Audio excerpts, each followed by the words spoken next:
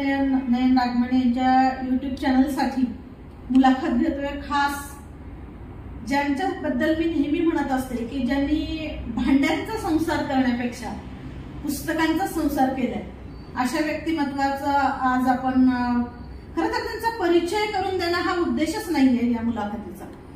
त्यांचा परिचय बहुतांश सगळीकडे आहे, परंतु तरी सुद्धा एक वैचारिक बैठक जी आहे त्यांची, त्याच्या अनुषंगाने आज आपण थोड्या गप्पा मारणार आहोत, त्यांच्याशी संवाद करणार आहोत। असे प्राध्यापक डॉक्टर अशोक नागनवरे सर, जे एक उत्तम अभ्यासक आहेत आणि चळवळीतला कार्यकर्ता असं सुद्धा त्यांना आपण म्हणू शकतो। तर अशा सरांचं पुन्हा एकदा मी स्वागत करते।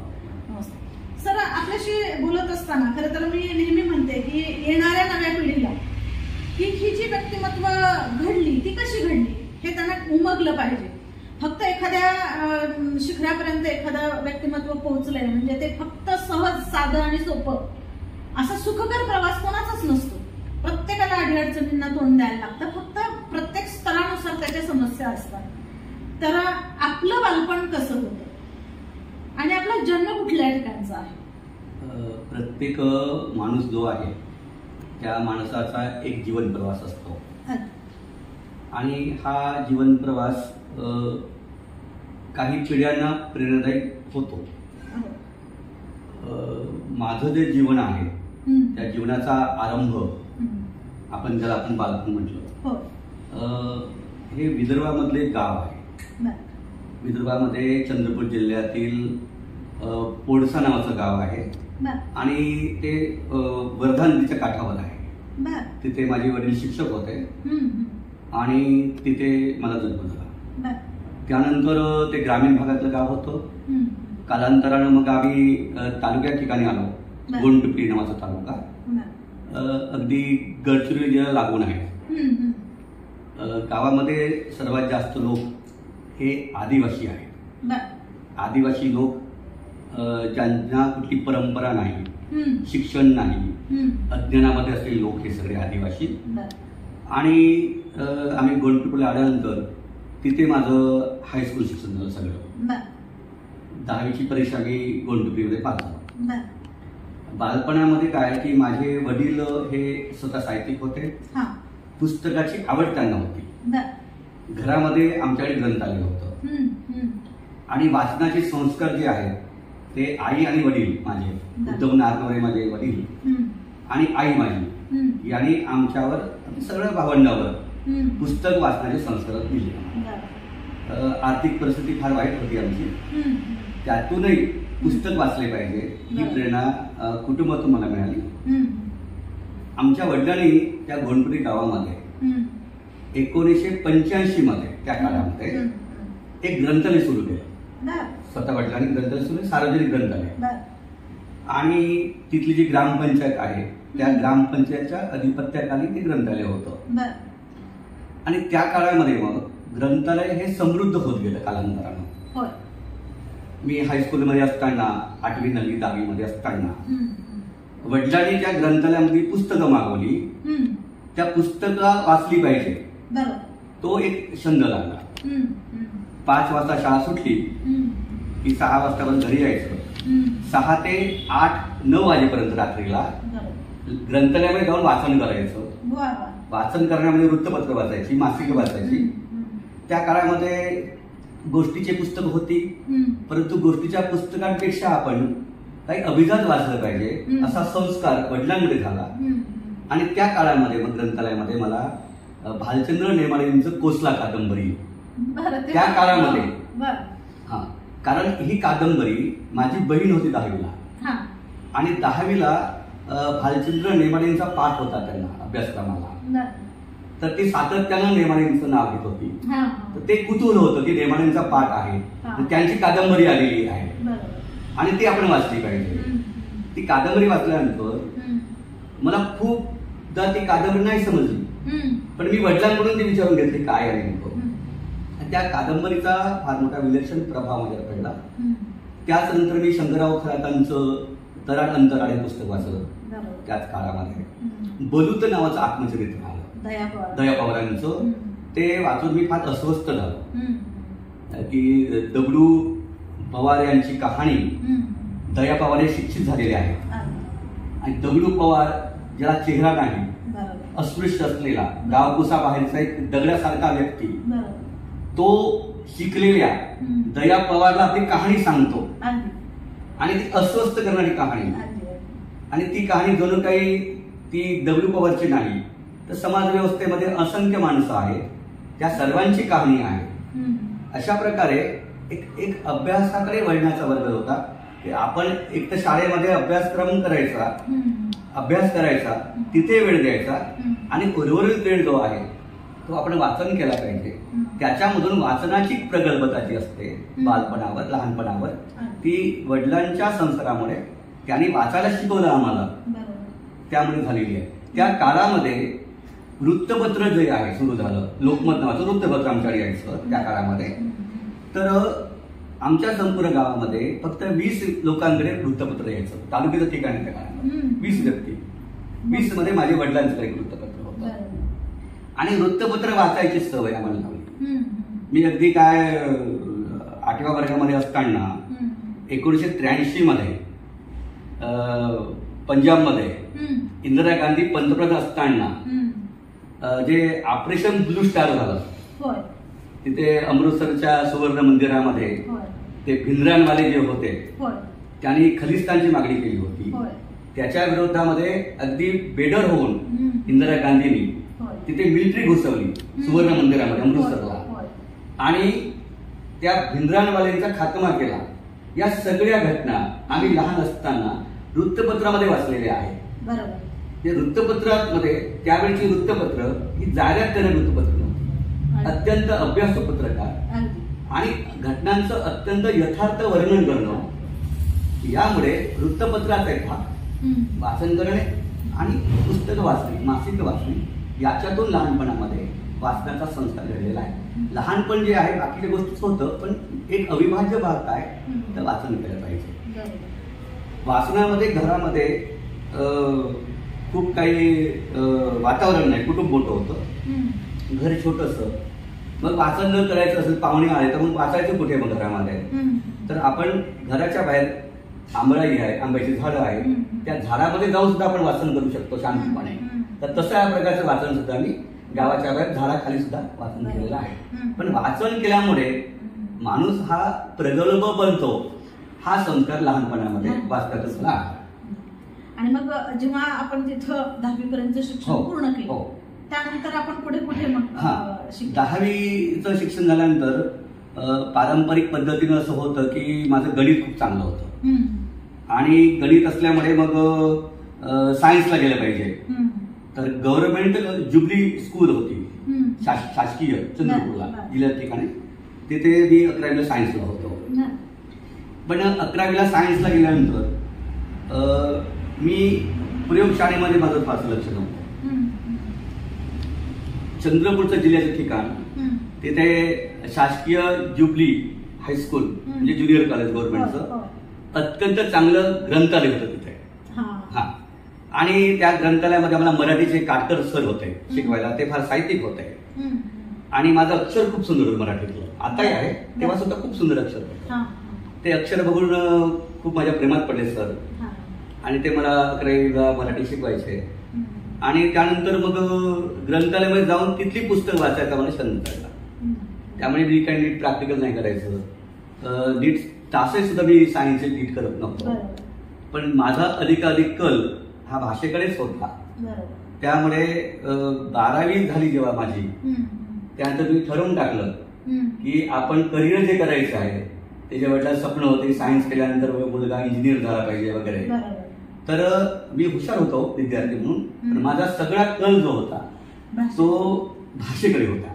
तर भाषेकडे असल्यामुळे आपण कला विभागाला गेला पाहिजे म्हणून 12वी झाल्यानंतर मी BA साठी, 11वी संपली माझी, त्यानंतर मी BA साठी तिथे न राहता बाबासाहेब आंबेडकरांनी जे महाविद्यालय स्थापन केलं ते औरंगाबादला मिलिंदला, आणि वडील म्हणाले तू मिलिंदला शिक. त्यामुळे मी 12वी झाल्यानंतर मिलिंदला आला BA करणार. नाही, आता BA ला कसं 1990 मध्ये मी आलो औरंगाबादला. 90 मध्ये आल्यानंतर मिलिंद महाविद्यालयामध्ये जेव्हा गोंडपुरी गावावरून आलो, जवळजवळ हे 650 किलोमीटर अंतर आहे. तितकं अंतर करून आलो मी स्वतःच एकटा आलो. मी स्वतःच प्रवेश घेतला या ठिकाणी मिलिंदला, स्वतः कॅम्पस वर बघितला आणि खूप प्रभावित झालो. त्यानंतर मी माझं सायन्स होतं, कलेचे विषय माझे नव्हते 11वी-12वीला. मला समाजशास्त्र माहित नव्हतं, राज्यशास्त्र माहित नाही, मराठी विषय फक्त SL पुरता होता माझ्या. पण BA ला आल्यानंतर मी तास, तिथले टीचर, ग्रंथालय आणि एकंदर मिलिंदचं वातावरण, प्रचंड विद्यार्थी होते पूर्ण महाराष्ट्रामध्ये. मिलिंदला महाराष्ट्रातल्या कानोहा कोपऱ्यातून विद्यार्थी तिथे यायचे, विशेषतः विदर्भातले विद्यार्थी खूप संख्येने. त्यामुळे सर्व विद्यार्थिनी जवळजवळ 600 ते 650 विद्यार्थी BA प्रथमला होते. BA प्रथम वर्षाला संख्या प्रचंड संख्या, म्हणजे कंपल्सरी इंग्रजीचा तास म्हणजे प्रचंड गर्दी, मुलं खाली बसायची तासाला. अत्यंत चांगले प्राध्यापक होते, खूप चांगले प्राध्यापक, अभ्यास करून शिकवायचे प्राध्यापक. त्यामुळे मिलिंद कॉलेजमध्ये आल्यानंतर तिथले प्राध्यापक, विशेषतः मना जिल्टे, डॉक्टर मनोहर जिल्टे, हे मनोहर जिल्टे इंग्रजी शिकवायचे आणि हे इतके अभ्यासू प्राध्यापक होते, प्रचंड नॉलेज त्यांनी इंग्रजीचं. मना जिल्टे सर जे होते त्यांनी डॉक्टर बाबासाहेब आंबेडकर, मी तेव्हाचं मराठवाडा विद्यापीठ मॅडम, मराठवाडा विद्यापीठामधून PhD ला गाईडच नाहीये त्या काळामध्ये, इंग्लिशमध्ये गाईड नाही, तर स्वतः विदाऊट गाईड PhD केली. असे करता येते त्यावेळी होतं सोय, गाईडच नाहीत ना, म्हणजे एखाद्या विषयाला तुम्हाला मार्गदर्शक नाही आहे आणि तुमचा व्यासंग आहे तर विद्यापीठ तिथे मान्यता द्यायचे, परवानगी द्यायची.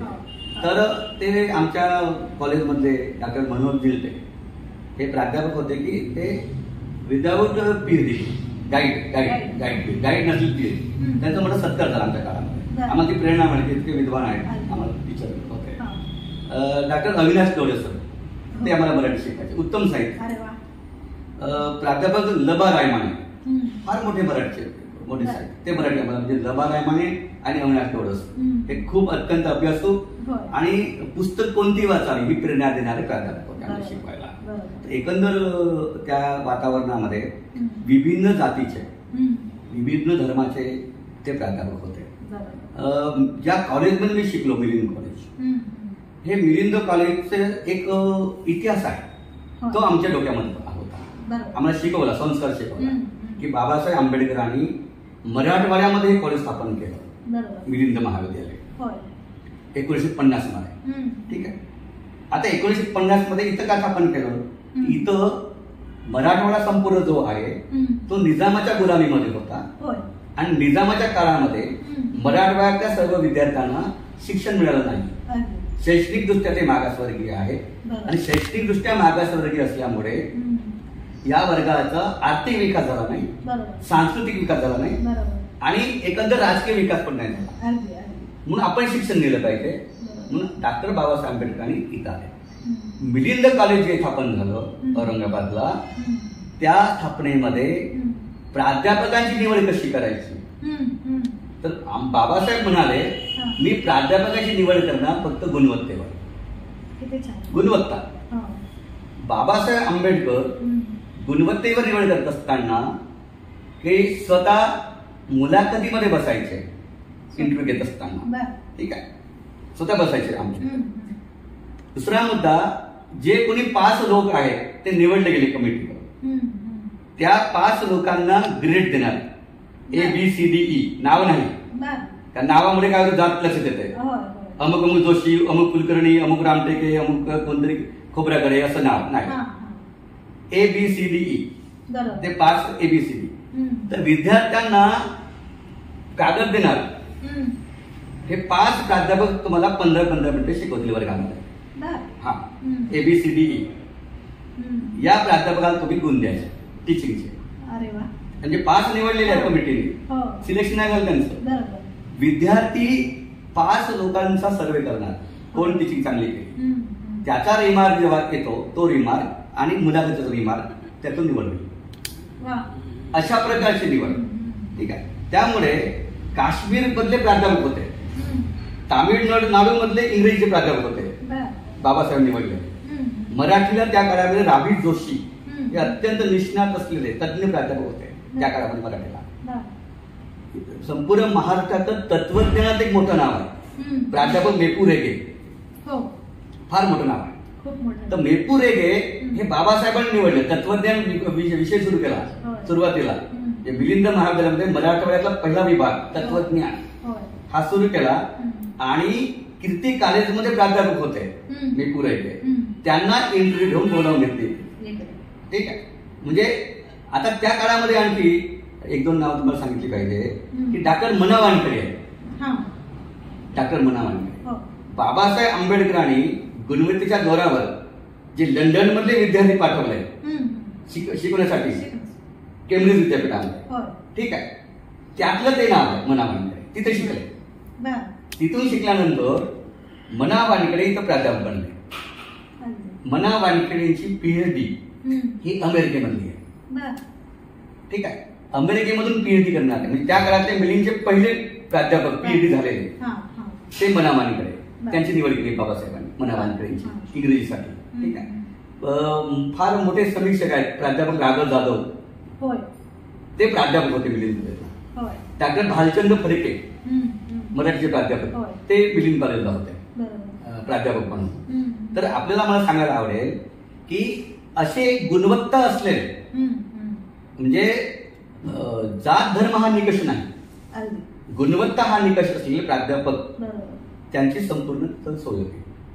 आपल्या लातूरमध्ये असलेले सर्वात मोठं नाव ज्ञान क्षेत्रातलं आणि साहित्य क्षेत्रातलं ते म्हणजे आदरणीय डॉक्टर दिनादर वाघमारे सर, माझे कुलगुरू आहेत आणि मोठे साहित्यिक आहेत.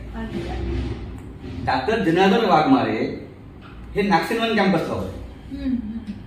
विशेषतः बाबासाहेब आंबेडकरांचं निधनानंतर जे डॉक्टर बाबासाहेब आंबेडकर कला व वाणिज्य महाविद्यालय स्थापन झालं नागसेनवन, या परिसरामध्ये वाघमारे सर हे प्राध्यापक होते. पण प्राध्यापक होण्याच्या अगोदर ते डॉक्टर मना वानखेडे तुम्हाला मी सांगितलं आता त्यांचे विद्यार्थी आहेत. डॉक्टर मना वानखेडे हे गाईड आहेत कुणाचे? वाघमारे सरांचे. वाघमारे सर जेव्हा भेटायला गेले तर ते त्यांना म्हटलं की मला PhD करायची असं आपल्याकडे.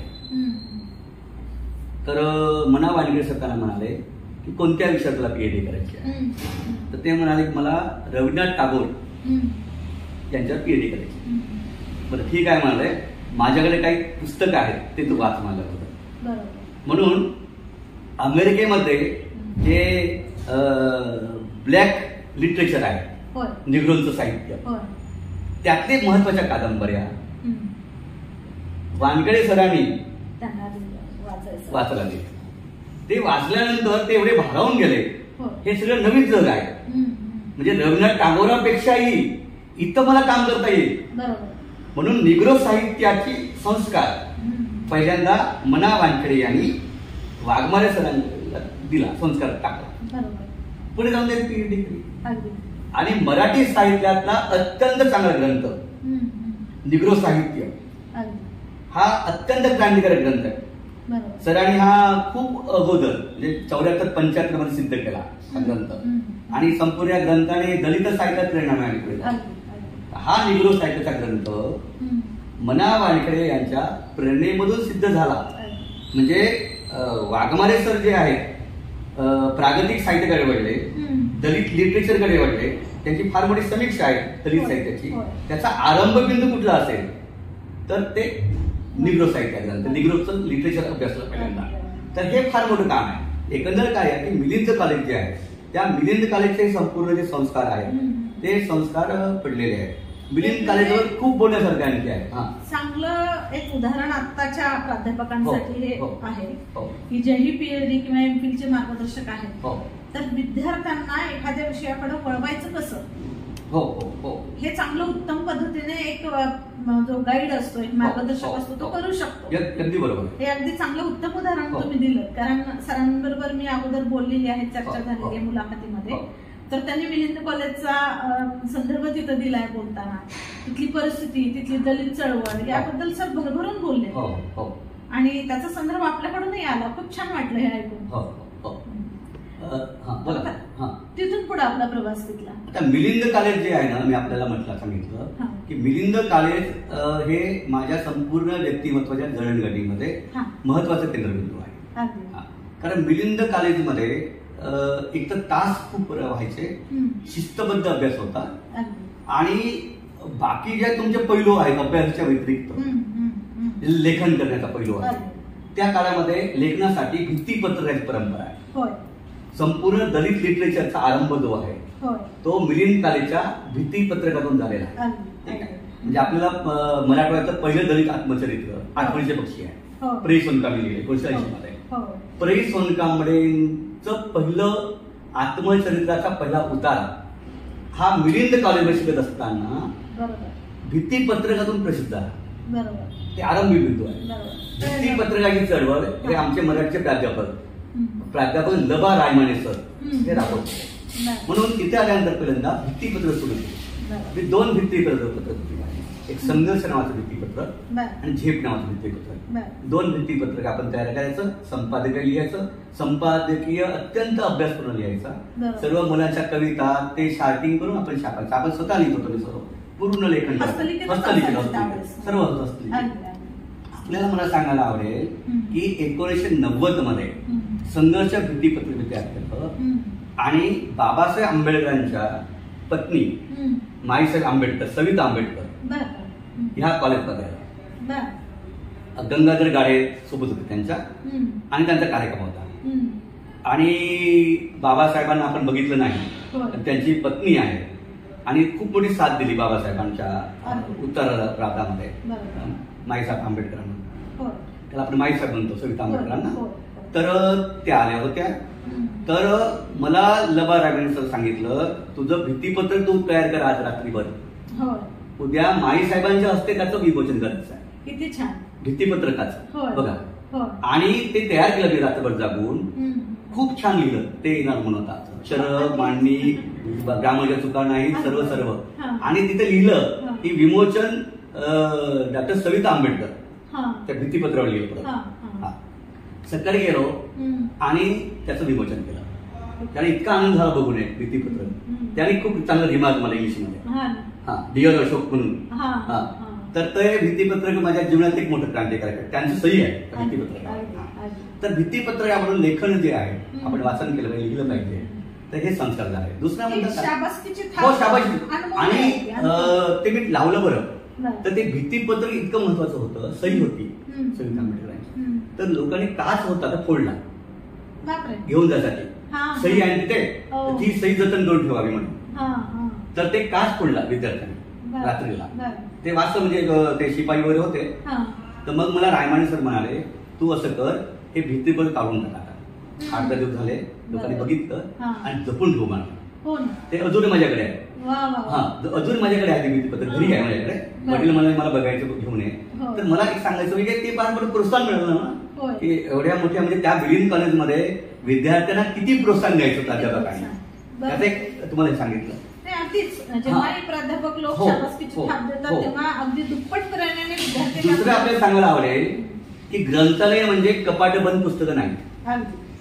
मिलिंद कॉलेजचं ग्रंथालय हे सतत उघडं, 24 तास. 24 तास रात्रभर ग्रंथालय उघडं राहायचं, दिवस तर राहणारच.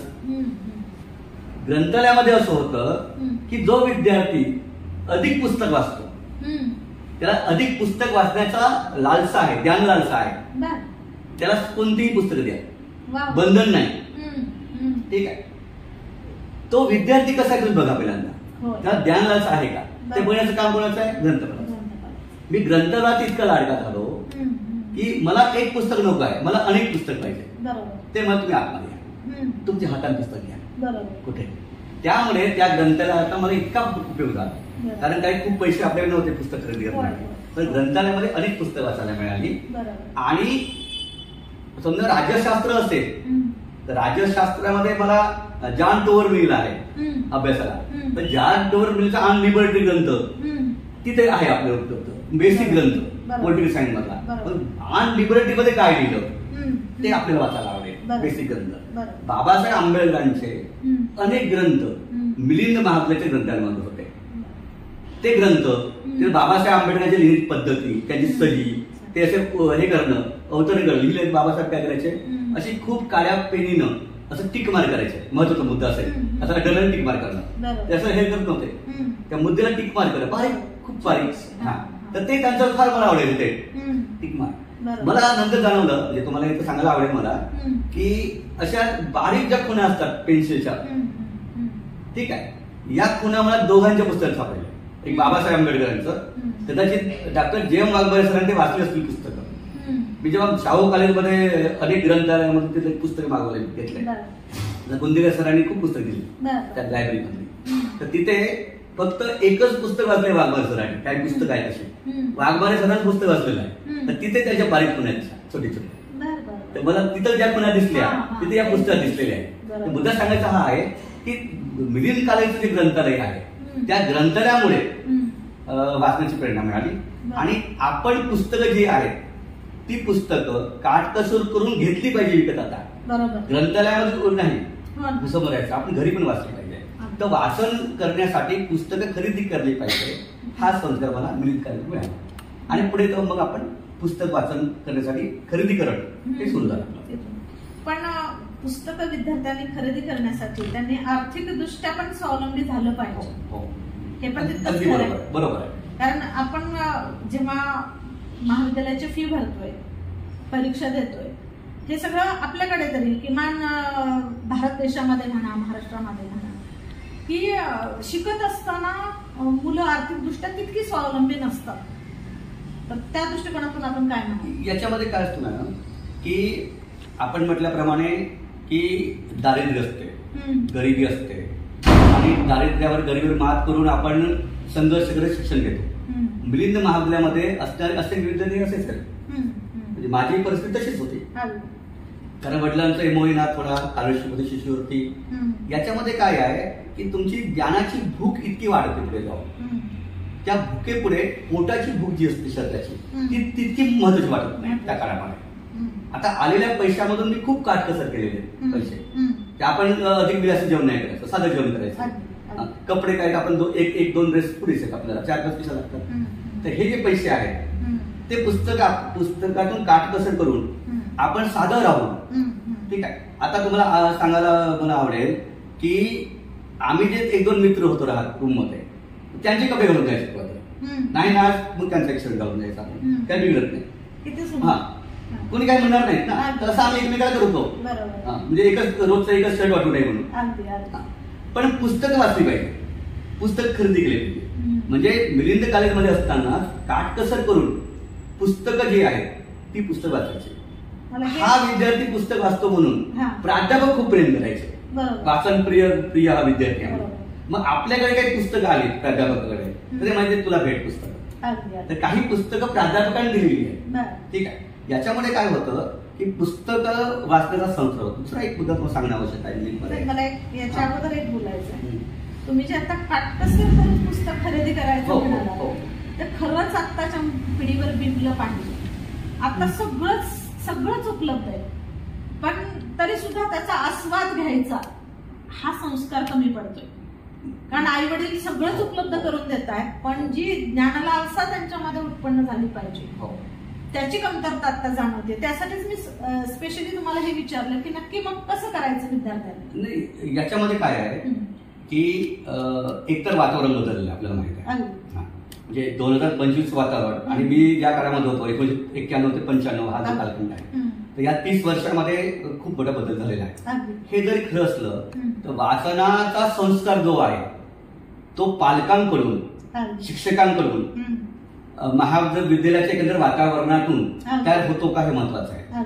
तुम्हाला एक सांगतो मी आता की मिलिंद कॉलेजचं नाव आहे, म्हणजे वाचन कल्चर कसं महत्वाचं आहे, ज्ञान संस्कृती कशी महत्वाची आहे, की डॉक्टर बाबासाहेब आंबेडकरांनी त्यांच्या कॉलेजचं नाव ठेवलं मिलिंद कॉलेज.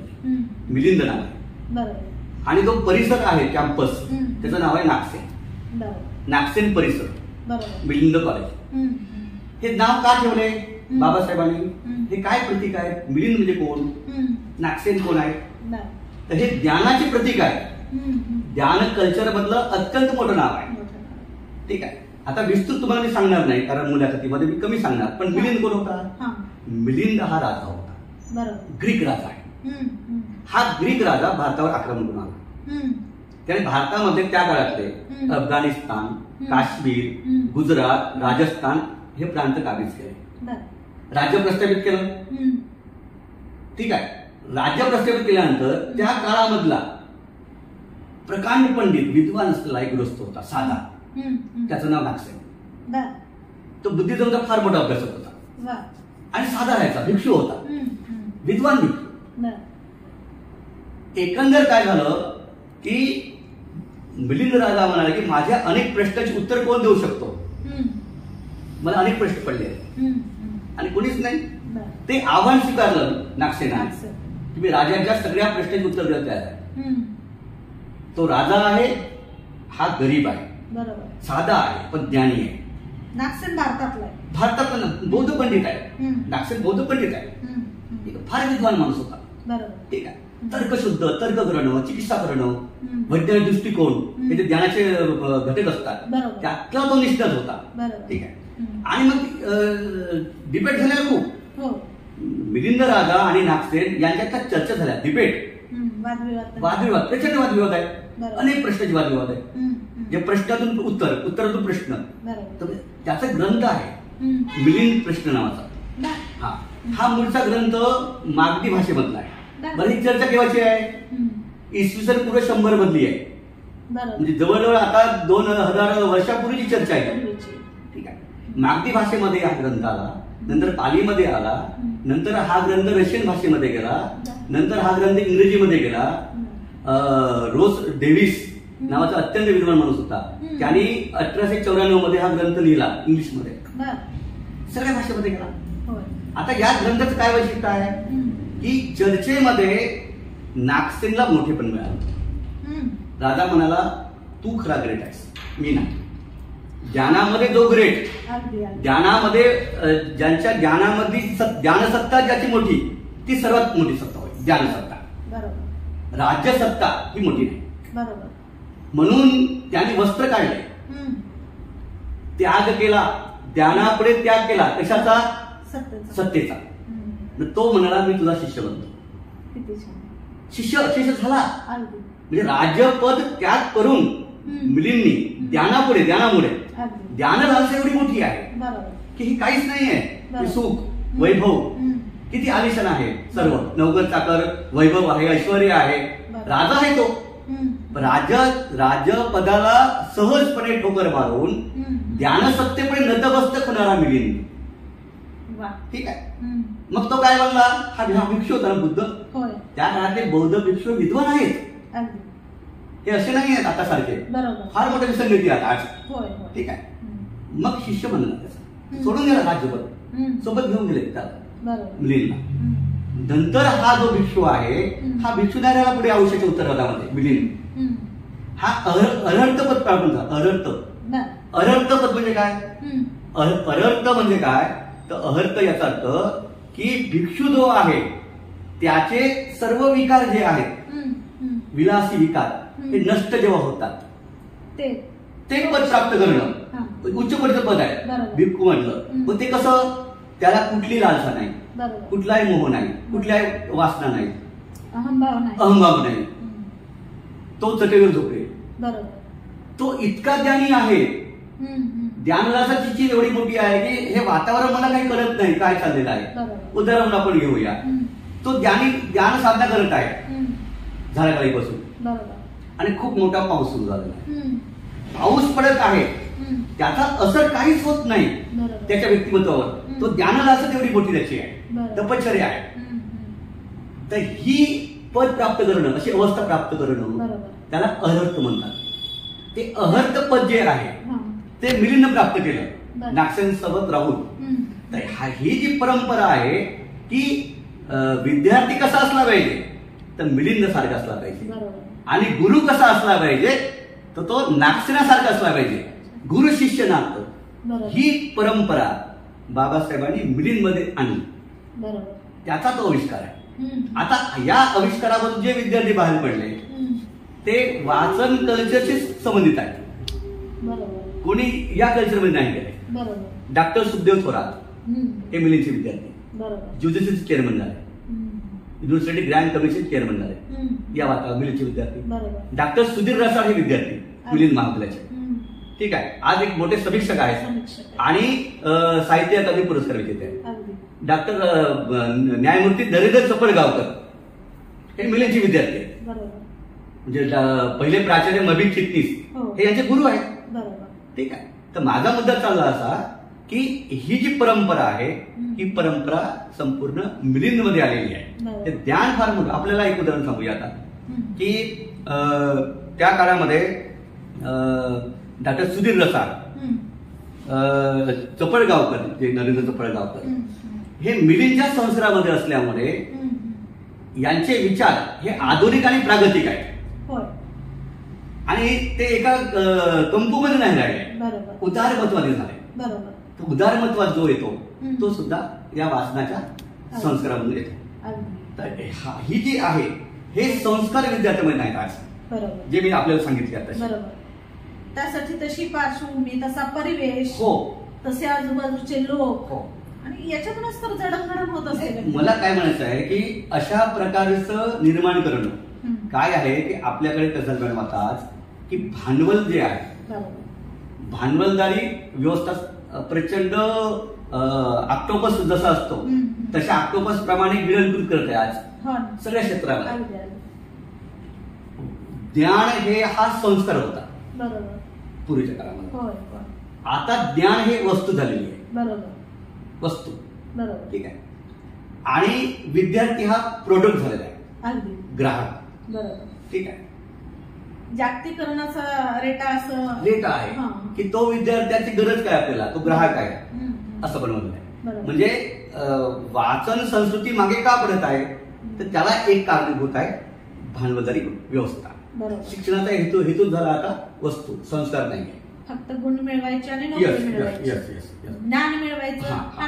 आता याला सरकारचं काय काम आहे की तुम्हाला नवीन चांगला समाज उभा करायचा असेल, सुसंस्कृत समाज, प्रगल्भ समाज, चारित्र्यवान समाज, हा समाज उभा करायचा असेल सरकारला तर तुम्हाला ग्रंथालय समृद्ध करणे आणि वाचन संस्कृती विकसित करणे हे आवश्यक आहे. ते जर तुम्हाला नाही करता आलं तर पूर्ण समाज जो आहे पुढे जाऊन हा अनैतिक मार्गाकडे अधिक वाढेल. ठीक आहे. म्हणून तुम्हाला हे उभं करावं लागेल संस्कार. आणि आता आपल्याला सांगायला मला आवडेल की जगामध्ये सर्वात मोठी महासत्ता कोणती, जगात सर्वात मोठी अर्थातच अमेरिका आहे. अमेरिकेचं भाग भांडवल प्रचंड मोठं आहे. जीडीपी हा पहिल्या क्रमांकाचा आहे, आपण त्याच्या आसपास सुद्धा नाही. ठीक आहे. प्रचंड संपत्ती आहे. अमेरिकेची प्रचंड अर्थसत्ता ताकदीची आहे. अमेरिकेकडे प्रचंड मोठे अण्वस्त्र आहे. ठीक आहे. पण अमेरिकेची ताकद ही त्यांची आर्थिक सत्ता नाहीये, अण्वस्त्राची सत्ता नाहीये. तर त्यांची सर्वात मोठी ताकद काय असेल तर ती ज्ञानसत्ता. ज्ञानसत्ता प्रचंड समृद्ध आहे. ग्रंथालय काय आहे. मागे मी महाराष्ट्र टाइम्सचे संपादक माझी गोविंद तळवळकरांचा साधनामध्ये लेख वाचला. ते तिथे होते वास्तवाला, गोविंद तळवळकर अमेरिकेमध्ये. आणि त्यांनी सांगितलं की जगातलं सर्वात मोठं ग्रंथालय हे वॉशिंग्टनला आहे, वॉशिंग्टन काँग्रेसचं ग्रंथालय. ते म्हणाले की किती मोठं ग्रंथालय असावं. मला आश्चर्य वाटलं. 2,40,00,000 पुस्तकं. बापरे. 2,40,00,000 पुस्तकं. ते म्हणाले की मला भारतातल्या ग्रंथालयामध्ये न सापडणारी अनेक मराठीची पुस्तकं, मराठीची ती मला वॉशिंग्टन काँग्रेसच्या ग्रंथालयात सापडली. पुस्तकं तुम्ही किती घेऊन जा, बंधन नाही. पुस्तकाला बंधन नाही. आपल्याला बंधन आहे, 2 पुस्तकं घ्या, 3 पुस्तकं. ज्ञानाला कुठे बंधन असते का. ते म्हणायचे की मी पोते भरून पुस्तक घेऊन जा, पोते भरून पुस्तक घेऊन जा, बंधन नाही. ठीक आहे. एखादी पुस्तक हरवलं तर ते परत 8 दिवसात मागून देतात, त्वरित, तुरंत. ते वाट बघत नाही पुस्तक हरवलं जातं कसं करायचं. अपडेट ग्रंथालय म्हणून 20 लाखाची 25 लाख पुस्तकांची ग्रंथालय तर प्रत्येक गावामध्ये आहे तिथे. ध्यान कल्चर बघणं तिथे चौकामध्ये चहाचे टपरे नाही आहेत तर चौकामध्ये पुस्तकाची दुकान आहेत, पुस्तकाची दुकान आहे. आणि तुम्हाला जर तुम्ही म्हणताय आपण टाइमपास करायचं तर चहा घेऊन चला ते म्हणतात टाइमपास करायचं आहे ना पुस्तक वाचताना. पुस्तकाचं वाचन करणं चौकामध्ये. तर हे जे कल्चर उभं केलं अमेरिकेमध्ये म्हणून डॉक्टर बाबासाहेब आंबेडकर जे घडले की प्रकांड पंडित विद्वान आपण म्हणतो वातावरण कोलंबिया विद्यापीठातलं अमेरिकेमध्ये तिथलं वातावरणामध्ये लंडन मधलं वातावरण. आता तुम्हाला सांगायला तुम्हाला माहित असेल आपल्याला केम्ब्रिज विद्यापीठ म्हणजे काय आहे. आपल्याला नांदेडला गेलं दिसतं आपल्याला स्वामी रामानंद तीर्थ मराठवाडा विद्यापीठ इमारत दिसली आपल्याला. केम्ब्रिजला कुठे इमारत आहे. केम्ब्रिज नावाचं विद्यापीठच नाही कुठं, इमारत नाहीच आहे. ते गाव आहे फार मोठं, प्रचंड मोठं गाव आहे. आणि तिथल्या प्रत्येक स्कूलमध्ये किती मोठी समृद्ध ग्रंथालय आहे. 17 उघडी 24 तास ग्रंथालय आणि शिस्तबद्ध. तुम्ही रात्रीला जाऊन तुम्हाला झोप उठला तुम्ही पहाटेला आणि तुम्हाला वाचन करायचं आहे, तुमच्या घरी पुस्तक नाही, तो जाईल ग्रंथालयामध्ये आपल्या हाताने पुस्तक काढेल वाचेल कधी पण. तर हे जे उभं केलं अमेरिकेमध्ये तसं उभं आपल्याला करता आलं नाही. हा प्रयोग मिलिंद कॉलेज नंतर महाराष्ट्रात संगमनेरला झाला. प्राचार्य कौंडिण्य होते, त्यांनी तो प्रयोग केला कुठे संगमनेरच्या कॉलेजमध्ये. ते कॉलेज जे उभं राहिलं संगमनेरचं ते कॉलेज उभारणीमध्ये कौंडिण्याचा फार मोठा वाटा. प्राचार्य कौंडिण्य ते तिथं बघून होते प्राचीमात्य लायब्ररी कशी असते वगैरे ते त्यांनी प्रयोग केले. त्यांनी प्राध्यापकांचे वसाहती ज्या आहेत त्या पहिल्यांदा महाराष्ट्रामध्ये संगमनेर कॉलेजच्या अगदी समोर बांधल्या. घर असले पाहिजे प्राध्यापकाला. तिथं रावसाहेब कसबे, रंगनाथ पठारे हे जे विद्वान प्राध्यापक होते त्यांनी बोलावलेले कौंडिण्यांनी की तुम्ही इथं या, तुम्ही ज्ञान साधना करा, तुम्ही प्राध्यापक विद्यार्थी शिकवा, तुम्हाला घर देतो मी मोफत. हा विचार कुठे. आणि आता आपण पाहतोय की जो प्राध्यापक आहे तो आर्थिक विवंचनेमध्ये जास्त अडकलेला आहे. ज्ञानलालसा ही गोष्ट त्याची वेगळी आहे, प्रत्येकाची किती असेल ती त्या व्यक्तिमत्वानुसार असेल. परंतु अगदीच सगळीच परिस्थिती जर आपण बघितली तर आर्थिक विवंचनेमध्ये अडकलेला प्राध्यापक आपल्याला आज बघायला. तर खरंच असं जर झालं, ही जर सिस्टीम आपल्याकडे आली, आपण राबवू शकलो भविष्यातही, तर खरंच एक सुंदर समाज आपण निर्माण करू शकतो. नाही मॅडम, इथं कसं आहे की सत्ता जी शासन आहे, शासनाचा प्रचंड मोठा रोल महत्वाचा आहे ठिकाणी भूमिका. महाराष्ट्र शासन जर आपण बघतो तर राज्यकर्ते जे असतात पहिला मुख्यमंत्री यशवंतराव चव्हाण मुख्यमंत्री होते पहिले. 1960 मध्ये आले एक वेळेला. यशवंतराव चव्हाण हे प्रचंड ज्ञानी होते. खूप पुस्तकांचं वाचन होतं, वाचनाचा प्रचंड झपाटा वाचनाचा. प्रचंड तुरुंगामध्ये तुरुंगाला जेव्हा होते तुरुंगामध्ये होते यशवंतराव चव्हाण तेव्हा तुरुंगामध्ये त्यांनी वाचन केलं पुस्तकांचं. खूप लेखन केलं त्यांनी. यशवंतराव चव्हाण सारखा ज्ञानी असलेला, दूरदृष्टी असलेला मुख्यमंत्री असल्यामुळे आधुनिक महाराष्ट्राचा पाया घडला. त्याने काय केलं, किती सरकार काय करू शकते त्याचे उदाहरण आपल्याला सांगतो मी की छत्रपती शिवाजी महाराज यांचा इतिहास, छत्रपती संभाजी महाराज यांचा इतिहास हा खोटा आहे, तकलादू आहे, कपोल कल्पित दिला गेला. ठीक आहे, अनेक उणीवा राहून गेल्या इतिहासामध्ये. हा कथा कादंबरीसारखा भुलभुलया करणारा, गुदगुल्या करणारा इतिहास झालेला आहे, रंजक झालेला आहे. याची समज आली यशवंतराव चव्हाण. त्यांनी म्हटलं नाही, हा इतिहास संभाजी यांचा नाही, संभाजीचं चारित्र्य हनन केलं होतं अगोदर. संभाजीचा नवा इतिहास, संभाजी महाराज यांचा, छत्रपती शिवाजी महाराज, राजाराम यांचे सर्वांचे इतिहास हे नव्यानं आले पाहिजे म्हणून पुनर्लेखन करावं म्हणून त्या काळामध्ये कन्नडमध्ये असलेले मोठे इतिहासकार आणि पुरातत्व विभागामध्ये होते अधिकारी, त्याचं नाव आहे बासी बेंद्रे यांना बोलावून घेतलं. वासी पेंद्रेंना बोलावून त्याने सांगितलं की तुमची जबाबदारी काय असेल तर तुम्ही सरकारच्या वतीनं आम्ही तुम्हाला देऊ सर्व, पण तुम्ही इतिहास लिहायचा. वासी बेंद्रे हे लंडनला गेले, कारण ब्रिटिश काळामध्ये पेशवाईचा आणि शिवाजी महाराज यांच्या काळातला संपूर्ण कागदपत्रित इतिहास नोंदी सगळ्या ह्या सगळ्या ब्रिटिशांनी तिथे घेऊन गेलेल्या आहेत. दस्तावेज ओरिजिनल ब्रिटिश काळाच्या ब्रिटिश म्युझियम मध्ये हे संपूर्ण कागदपत्र आहेत ओरिजिनल. तिथे जाऊन ते 20 वर्ष राहिले आणि छत्रपती शिवाजी महाराज त्यांच्या पत्रावरून, त्या नोंदीवरून, संभाजी महाराज त्यांच्या पत्रव्यवहार याच्यावरून अत्यंत समृद्ध ग्रंथ लिहिले. चिकित्सक चरित्र संभाजी महाराजांचं. त्याच्यामुळे त्या ग्रंथ आल्यामुळे म्हणजे ते 67-68च्या काळामध्ये ग्रंथ आले, ते मराठीमध्ये, इंग्रजीमध्ये आणि मराठीमध्ये आले. त्या ग्रंथामुळे झालं काय, आपल्याकडे जयसिंगराव पवार हा इतिहासकार नवा, राजा दीक्षित, आता अलीकडे श्रीमंत कोकाटे वगैरे, हे सगळे जे नव्या दमाचे इतिहासकार हे वासी बेंद्रेंनी घडवलेले आहेत नवीन मांडणी इतिहासाची. तर माझा मुद्दा हा चालला की राजकर्ता जो आहे त्या दृष्टी पाहिजे. दुसरा मुद्दा मला सांगणं आवश्यक आहे की यशवंतराव चव्हाण यांनी त्या काळामध्ये विश्वकोश निर्मिती मंडळी स्थापना केली 60 मध्ये. आल्याबरोबर त्याच वर्षी महाराष्ट्र राज्य साहित्य संस्कृती मंडळ स्थापन केलं. त्यावेळेचे अत्यंत विद्वान असलेले तर्क तीर्थ लक्ष्मण शास्त्री जोशी यांची दोन्ही ठिकाणी निवड केली. ठीक आहे. महाराष्ट्र राज्य साहित्य संस्कृती मंडळाचे अध्यक्ष तेच होते आणि विश्वकोश निर्मिती मंडळाचे अध्यक्ष होते. ते म्हणाले की मुंबईच्या वातावरणामध्ये मला शांतता लाभत नाही, म्हणून मी हे लेखनाचं काम करू शकत नाही मुंबईमध्ये.